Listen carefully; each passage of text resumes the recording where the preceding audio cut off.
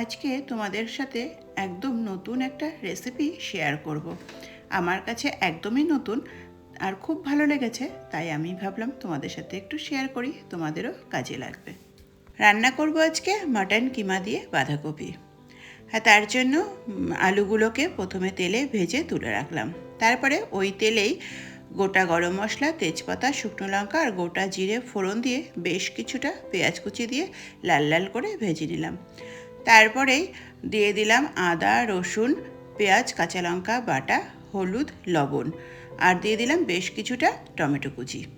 এবার ভালো করে মশলাটা কষিয়ে নিয়ে দিয়ে দিলাম মাটনের কিমাটা। তারপরে অল্প একটু জল দিলাম, দিয়ে ভালো করে কষিয়ে নিতে হবে। আর হ্যাঁ, মাটনের কিমাটা অনেকক্ষণ ধরেই ভালো করে কষাতে হবে আর একটু ঢেকে ঢেকেই কষিয়ে নিতে হবে, যাতে মাটনটা সিদ্ধ হয়ে যায়। এবার মাটন কষানো হয়ে গেলে তার মধ্যে ভেজে রাখা আলুগুলো দিয়ে দিলাম আর বাঁধাকপি দিয়ে দিলাম।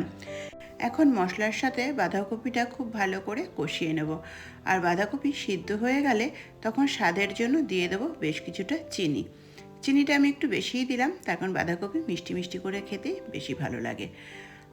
ব্যাস, আমার রান্না কমপ্লিট, মাটন কিমা দিয়ে বাঁধাকপির ঘন্ট।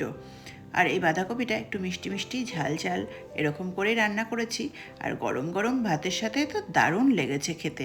তোমরাও এটা ট্রাই করো, আর আমার রেসিপিটা কেমন লাগলো অবশ্যই জানিও।